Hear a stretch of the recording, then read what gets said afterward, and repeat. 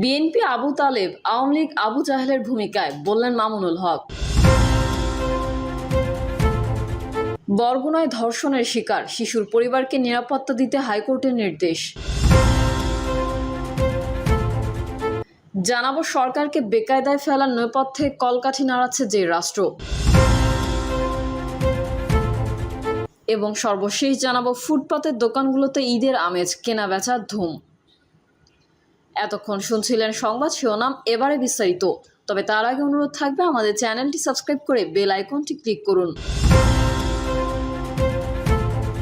BNP Abu Taleb, Awami League Abu জাহেলের ভূমিকায় বললেন মামুনুল হক।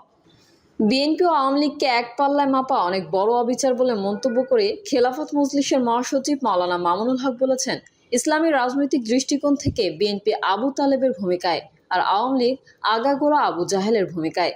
বাংলাদেশের জাতীয়তাবাদী শক্তি ও ইসলামিক শক্তির সহযোগিতার মাধ্যমে বাংলাদেশের স্বাধীনতাকে রক্ষা করতে হবে বলেও উল্লেখ করেছেন তিনি। আওয়ামী লীগ ও বিএনপি কোনো ইসলামিক রাজনৈতিক সংগঠন নয়, তবে এই দুইটির মধ্যে ঐতিহাসিক অনেক ব্যবধান রয়েছে বলে মন্তব্য করেন মামুনুল হক। এ প্রসঙ্গে তিনি বলেন, বিএনপি ও আওয়ামী লীগ কেউই ইসলামী রাজনীতি করে না, বরং তাদের রাজনীতির ভিন্ন দর্শন রয়েছে।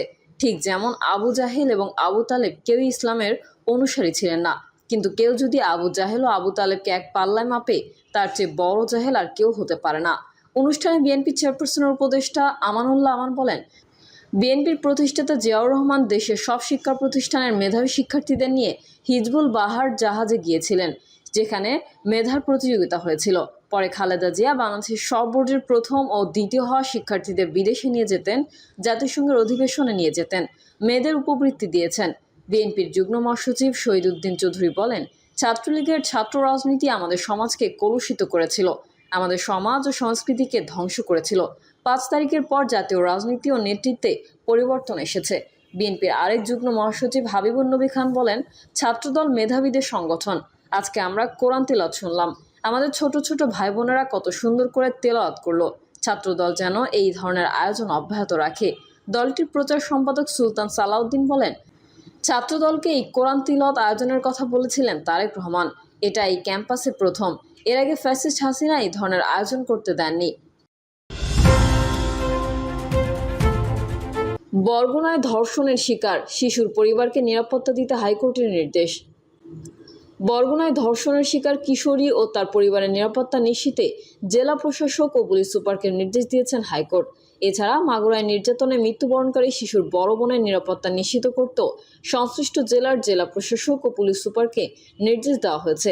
সমাজসেবা অধিদপ্তরের মাধ্যমে এই নিরাপত্তা দিতে বলা হয়েছে। বিচারপতি ফারা মাহবুব ও বিচারপতি দেবাশিস রায়চৌধুরীর সমন্বয়ে গঠিত হাইকোর্ট বেঞ্চ মঙ্গলবার এই সংক্রান্ত এক সম্পূরক আবেদনের শুনানি নিয়ে এই আবেদন করেন এবং এই আদেশ দেন। একই আদেশে নারী ও শিশু নির্যাতন দমন আইনের 14 ধারা নিয়ে জনসচেতনতা সৃষ্টির বিষয়ে প্রয়োজনীয় ব্যবস্থা গ্রহণে করতেও তথ্য ও সম্প্রচার মন্ত্রণালয়কে নির্দেশ দেওয়া হয়েছে।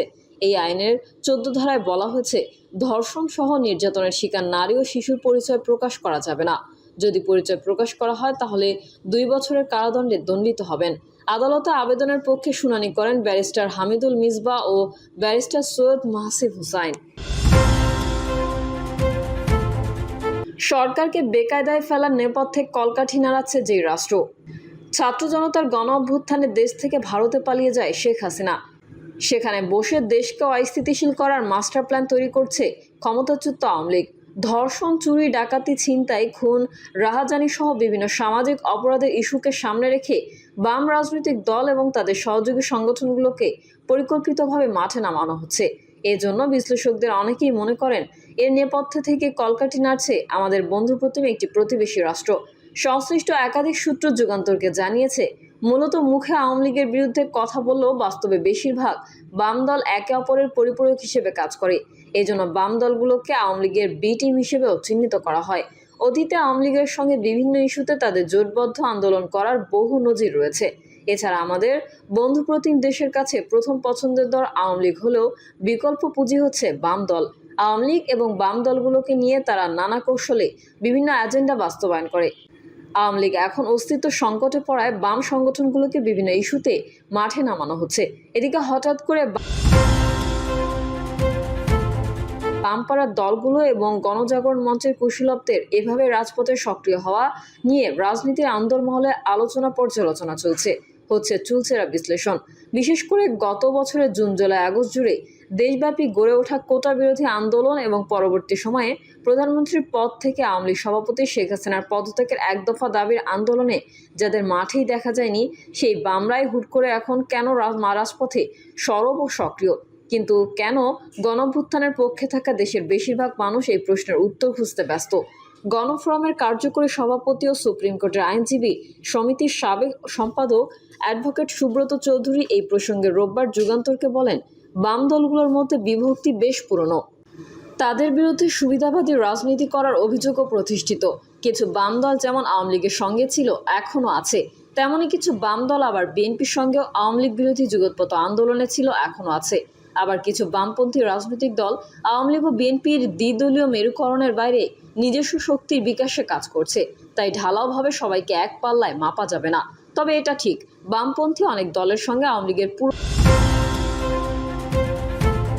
পুরনো এবং ঐতিহাসিক সখ্যতা রয়েছে। সুবিধাবাদী রাজনীতির অংশ হিসেবে তারা আওয়ামী লীগের লেজুর বৃত্তি করেছে, আওয়ামী লীগের বদন্যতায় মন্ত্রী এমপি হয়েছে, নানা ধরনের সুযোগ সুবিধা নিয়েছে। বাংলাদেশের কমিউনিস্ট পার্টির বিরুদ্ধে আনা অভিযোগ খণ্ডন করে দলটির সাধারণ সম্পাদক সর্দার রুহিন হোসেন প্রিন্স রোববার যুগান্তরকে বলেন, ঢালাওভাবে এসব অভিযোগ কল্পনাপ্রসূ এবং পরিকল্পিত অপপ্রচার, যার সঙ্গে বাস্তবতার কোনো মিল নেই। তাই আমাদের কাছে এই অভিযোগ একেবারেই গুরুত্বহীন। তিনি আরও বলেন, জুলাই আগস্টের যে চেতনা, এর মূলে রয়েছে বৈষম্যমুক্ত সমাজ ব্যবস্থা প্রতিষ্ঠা। এটা আমাদের মুক্তিযুদ্ধেরও মূল চেতনা ছিল। আমরা মনে করি বৈষম্যমুক্ত সমাজ প্রতিষ্ঠার যে লড়াই, সেই লড়াই অব্যাহত রাখতে বাম বিকল্প শক্তির বিকাশ ঘটাতে হবে। পাশাপাশি দেশে গণতান্ত্রিক শাসন ব্যবস্থার উত্তরণ এবং জনজীবনে স্বস্তি, শান্তি ও নিরাপত্তায় চলমান কর্মসূচি অব্যাহত রাখতে হবে। সংশ্লিষ্টরা বলছেন, ছাত্র জনতার নজিরবিহীন গণঅভ্যুত্থানে ক্ষমতাচ্যুত আওয়ামী লীগ চরম অস্তিত্ব সংকটে। দলটির সভাপতি ও সাবেক প্রধানমন্ত্রী শেখ হাসিনা 5ই আগস্ট পালিয়ে আশ্রয় নিয়েছেন ভারতের দিল্লিতে। তাকে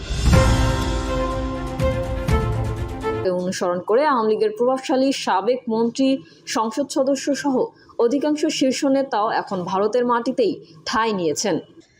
রাজনীতির ঘোর অমানিসায় থাকা এই দলটির সাবেক মন্ত্রী ও নেতারা এখন সেখানে বসেই ডক্টর মোহাম্মদ ইউনূসের নেতৃত্বাধীন বর্তমান অন্তর্বর্তীকালীন সরকারকে বেকায়দায় ফেলার ছক কষছেন। তাদের মূল চাওয়া কারণে অকারণে দেশকে অস্থিতিশীল রাখা, সাধারণ মানুষের স্বাভাবিক জীবনযাত্রাকে ব্যাহত করা। আর এই চাওয়া পূরণে আওয়ামী লীগের পলাতক নেতারা তাদের দীর্ঘদিনের ঘনিষ্ঠ বন্ধু বিবেচিত দেশের বামপন্থী রাজনৈতিক দল ও সংগঠনগুলোর ঘাড়ে সওয়ার হয়েছেন। রাজনৈতিক নিজেদের উদ্দেশ্য হাসিলের জন্য তাদের কাজে লাগাতে শুরু